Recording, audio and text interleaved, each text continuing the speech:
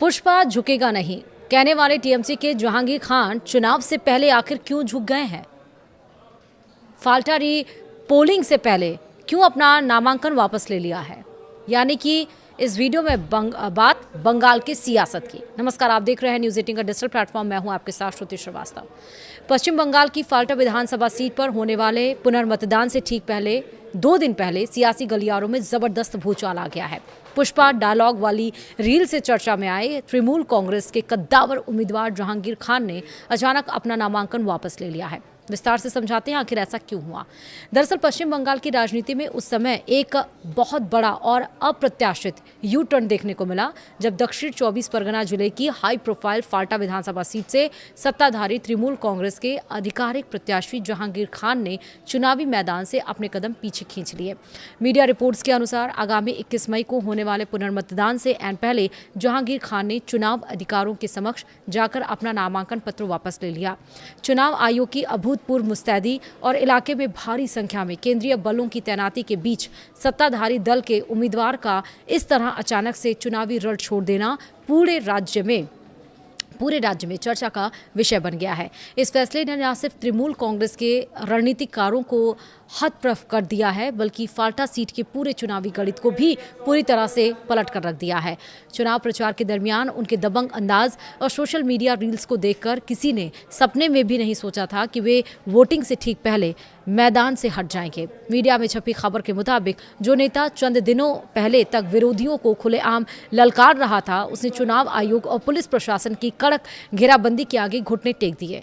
स्थानीय लोगों और राजनीतिक विशेषज्ञों के बीच अब यह चर्चा आम हो गई है कि आखिरकार पुष्पा का यह तेवर इतनी जल्दी कैसे ढीला पड़ गया।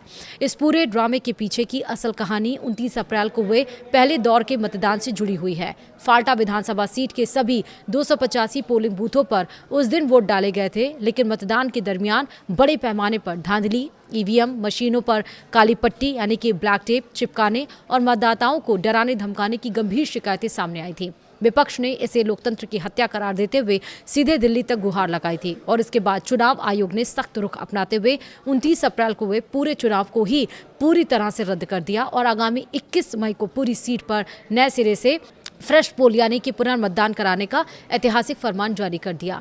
फाल्टा में दोबारा निष्पक्ष चुनाव कराने के लिए चुनाव आयोग ने एक बड़ा दांव खेला है। आयोग ने कानून व्यवस्था को चुस्त दुरुस्त करने के लिए उत्तर प्रदेश कैडर के 2011 बैच के 30 तर्रार और एनकाउंटर स्पेशलिस्ट आईपीएस अधिकारी डॉक्टर अजय पाल शर्मा को विशेष पुलिस ऑब्जर्वर बनाकर फाल्टा भेजा है। अजय पाल शर्मा की छवि अपराधियों में खौफ और जनता में सिंघम वाली रही है। उनके फाल्टा में पैर रखते ही केंद्रीय सुरक्षा बलों यानी कि सीएपीएफ ने पूरे इलाके को छावनी में तब्दील कर दिया और सुरक्षा घेरा बेहद कड़ा कर दिया गया है।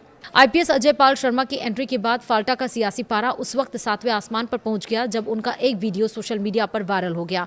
इस वीडियो में छपी खबर के मुताबिक वोटरों को डराने धमकाने की शिकायत मिलने पर आईपीएस अजय पाल शर्मा भारी पुलिस बल के साथ सीधे जहांगीर खान के दफ्तर और आवास पर धमक गए। कैमरे के सामने आईपीएस शर्मा ने जहांगीर खान के करीबियों और सुरक्षा कर्मियों को बेहद सख्त लहजे में चेतावनी देते हुए कहा कि उसे यानी कि जहांगीर को कह देना कि अपनी हद में रहे। अगर किसी भी तरह की बदमाशी या वोटरों को डराने की कोशिश की तो बहुत बुरी तरह से निपटे जाएंगे, बाद में रोना मत। और इस कड़क चेतावनी के बाद टीएमसी और आईपीएस अजय पाल शर्मा के बीच सीधा टकराव शुरू हो गया।